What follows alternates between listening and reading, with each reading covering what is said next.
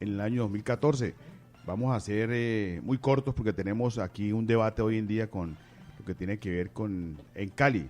Entonces, dinero en campañas políticas. Hay que analizar que hoy en día no existe control para la entrada de dineros en ninguna campaña. Se crean topes. La ley 1475 en el artículo 23 habla de esos topes, pero regularmente no se cumplen. Una campaña presidencial en Colombia, como está hoy en día, este país puede costar entre 30 a 40 mil millones de pesos. Así de sencillo. Eso no le podemos decir a la gente mentiras, porque se ha acostumbrado que el electorado se le debe comprar el voto. La gente va y vota por cemento, por ladrillo. La gente vota Y por si un es San mercado. Marcos y Varillas de Sidó, esas funcionan más, o yo. Pegan bien. Entonces, tenemos que decir que, y además, ¿no? La recompensa viene después. No más, le voy a decir a los oyentes, mire, en el alto gobierno, conozco que fueron compañeros míos en la pasada Cámara de Representantes, hoy en día ocupan cargos importantes. El señor Bocanegra en Aerocivil, que ha tenido problemas ahí. El señor del Banco Agrario, un representante del Huila, que hoy en día está señalado de qué, de haberle facilitado 120 mil millones a Odebrecht para el proyecto del río Magdalena. Y si seguimos con la lista sería muy grande, o sea, que no solamente se compra la gente, sino que se devuelven favores políticos y se le entrega al país a los mejores postores, a quienes hayan apoyado, sin tener en cuenta que hay hombres y mujeres técnicos que pueden aportar mucho al desarrollo de Colombia. Y así mismo sucede en alcaldías y gobernaciones, porque para nadie es un secreto que de que alguien se postula al consejo, a la asamblea, al congreso, a una alcaldía, a una gobernación, a una presidencia, hay dineros, y dineros que muchas veces provienen de contratistas, vienen de donantes que muchas veces no sabemos. Por eso les son entregadas grandes obras, grandes contrataciones, los desayunos escolares, que eso es una parte miserable, donde unas personas se adueñan de la comida de los niños pobres de nuestra Colombia y hacen negocio. Por eso yo decía, vale la pena seguir con ese tema de los desayunos cuando sabemos que terminan en el bolsillo de los corruptos, en el bolsillo de políticos, y con esa plata financian campañas electorales. Bien valdría la pena decir cuánto recibe ese niño al año, 3.000, 4.000 pesos por alimentación. ¿Por qué no hacemos lo siguiente?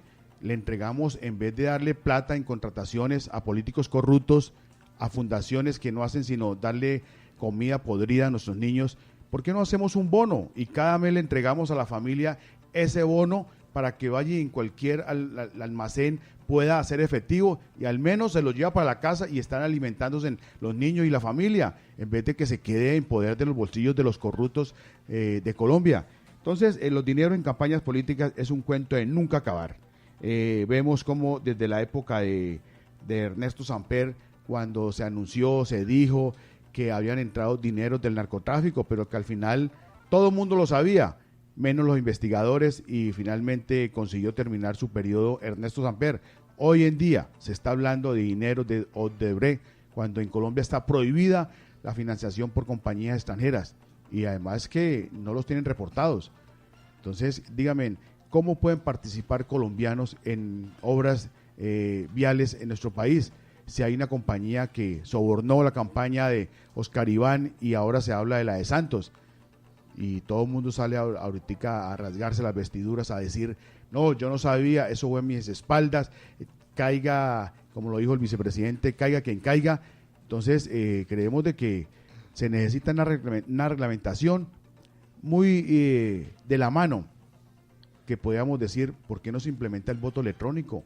Fue creado en el año 2004 con la ley 892, ratificado con la ley 1475 del año 2011. ¿Y por qué no se ha podido hacer? Porque cuesta 500, 600 mil millones de pesos. ¿Cuánto costó el plebiscito? Casi 500 mil millones de pesos. ¿Y para qué sirvió? Para nada, para dividir a los colombianos. ¿Por qué no se implementa el voto electrónico y comenzamos a acabar la corrupción?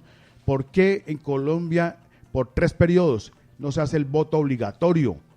Y tendríamos campañas donde la gente va a votar o va a votar. Y aquí acabaríamos con la financiación de compañías extranjeras, con compañías colombianas que van buscando el CBY me den el contrato, cómo voy en el negocio, y políticos que se prestan, porque para nadie es un secreto de que aquí los políticos viven de eso.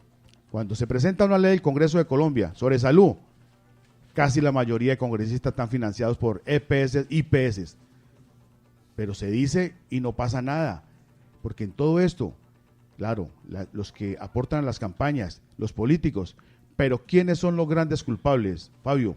La gente que vota por estos políticos, que a sabiendas que han tenido manchas en el pasado, han sido señalados, la gente sale y vota, y también son culpables aquellos que no votan, porque le están dejando hoy en día que los políticos con sus grupos, con sus estructuras políticas, hagan lo que quieran en los municipios, en los departamentos y ahora en la presidencia. Entonces, serían muchas las obras que los contratistas hacen, que son obras como desayunos, educación, estudios, etcétera, etcétera, que plata que le pertenece a los colombianos, pero que terminan en las campañas políticas y son financiadores, como se descubrió de Odebrecht.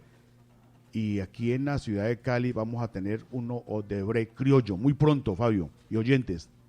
Y eso tiene que ver cuando el señor Andrés Jaramillo de Conalvías prenda el ventilador. Aquí vamos a descubrir que van a caer concejales, van a caer exalcaldes que están involucrados. Como se habla de mucha corrupción en nuestra ciudad, por eso es que Cali no avanza. Por eso Aldemar dice, en las campañas electorales pasadas se hablaba de que a la zona de laderas llegaban tejas, llegaba hierro, llegaba cemento, llegaba comida, llegaba de todo. ¿Y qué pasa con las denuncias que se hicieron? Donde prácticamente se observó que una alcaldía apoyaba masivamente una campaña política. Se hicieron todas las denuncias, el joven Michel Mayas las hizo, pero ¿qué ha pasado con esas investigaciones? Nada.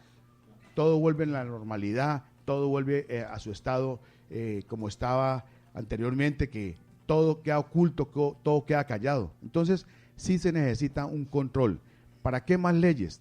Podemos sacar la ley X, como se viene adelantando por parte del Congreso, una nueva reforma electoral, una nueva reforma política. Pero si no se van a poner controles, si no se va a incluir el voto electrónico, y ojalá que se piense en el voto obligatorio. ¿Qué plata alcanzaría, Fabio, para comprar toda la gente en Colombia? Ninguna. Y ahí acabaríamos gran parte de la corrupción electoral. El tema da para mucho. El tema, si nos ponemos a decir aquí en una mesa, tendríamos que señalar a muchos políticos en nuestro país y sobre todo en la costa caribe de Colombia, donde un solo departamento puede llegar a sacar 7 senadores. Vale, cuidado, Fabio. Mientras que departamentos como el Meta, como La Guajira, no alcanzan ni a sacar un senador. ¿Todo por qué?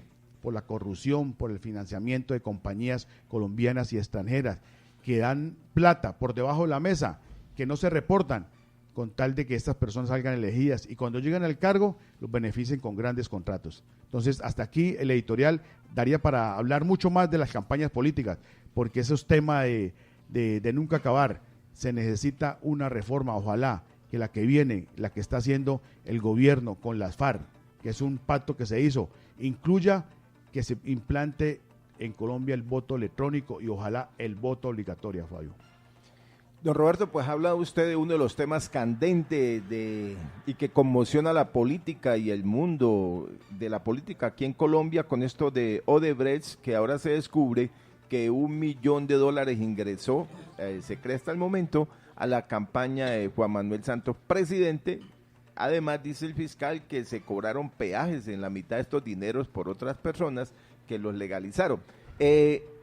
Viendo lo que sucedió con Samper, que también le ingresaron dineros no santos a su campaña, ¿usted cree que puede pasar algo más allá del escándalo periodístico en este caso? No, somos un país sin memoria, un país realmente lleno de políticos sinvergüenzas que los podrán señalar como los han señalado y al otro día pueden salir a buscar el voto, pero aquí lo que llama la atención es que la gente va y vota por ellos, Fabio. Aquí no tenemos la cultura en cualquier país, Suiza, Noruega, allá un solo político de ser señalados, inmediatamente renuncia. Un político en Inglaterra perdió el Brexit, ¿qué hizo al otro día, a los días? Renunció. Aquí un presidente pierde un plebiscito no pasa nada, inclusive desafía a quienes votaron por el no, así la gente le guste que quienes votaron por el no, que están en contra de la guerra, eso es otro tema de discutir, pero aquí un presidente que pierde un plebiscito debe pensar en renunciar. Ahora, si no renunció en ese momento, ¿qué anda renunciando por señalamiento? Usted ya vio que salió el señor Enciso, el señor de anticorrupción, a decir que ese antisocial, Bula Hoyos, no merecía ser tenido en cuenta, cuando hace pocos días, cuando señaló al candidato Oscar Iván Zuluaga, sí le daba toda la importancia del caso, o sea, según como me toque en el baile, así participo. Entonces, es difícil que vayan a renunciar. Aquí no va a renunciar nadie, eso sí se lo puedo decir, no han renunciado, sino aquí en Colombia, cuando ya están prácticamente presos, es que renuncian para cogerse a beneficios. Le doy un solo ejemplo de cómo se paga en las campañas políticas y en el Estado para que hablen bien. El año pasado, recuerdan el escándalo de una licitación por 3.000 millones de pesos para el manejo de la publicidad del municipio de Cali. Ah, sí, señor. ¿Quién se lo ganó? ¿En qué se invirtió? La alcaldía pagó 1.100 millones de pesos para que hablaran bien de la alcaldía de Cali. Y ahí están los resultados de la encuesta que acaban de publicar. Perdieron esa platica, ¿se acuerda? Y esa plata no la perdió el alcalde, no. La perdimos los caleños. Los caleños, ¿se acuerda que habían puesto como sede una casa de familia donde la señora no había podido ni pagar los servicios públicos en Floralia? Y la hacían aparecer como la sede de esa oficina. Este periodista fue y tomó la foto y habló con la señora, y antes la señora me dijo, vea, ayúdeme a pagar los servicios públicos, yo no tenía 7:40. Pero bueno, antes de terminar, otra pregunta, espérame que le falta una anotación. No mire, me escapa. Grandes medios en Colombia, ayer lo vimos, cómo estaban señalando al fiscal general, tan bravos decir que fiscal. Se apresuró, que por qué, hombre, en vez de estar aplaudiendo a un político, porque él ha estado en cargos importantes, que hoy un fiscal general, debemos estar aplaudiendo porque va a destapar esta olla de corrupción que hay en el sistema electoral en Colombia. Andan diciendo fue que apresuró, ¿por qué lo hizo? Entonces, hombre, eso sí hasta dónde llega que los medios comprados, afiliados al Estado, estén hoy en día en contra de la investigación que ha iniciado el fiscal general. Bueno, entonces ahí va la fregona porque vamos para el debate. ¿Por qué dice usted que Conalvías es el Odebrecht criollo? Mire, porque este caso estaba encajonado, estaba engavetado hace más de un año.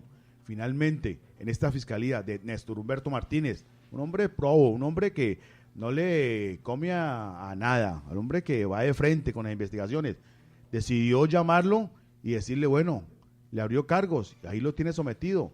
En la medida que esta persona se vea hoy en día sentenciada 5, 7, 8 años, ¿qué va a hacer?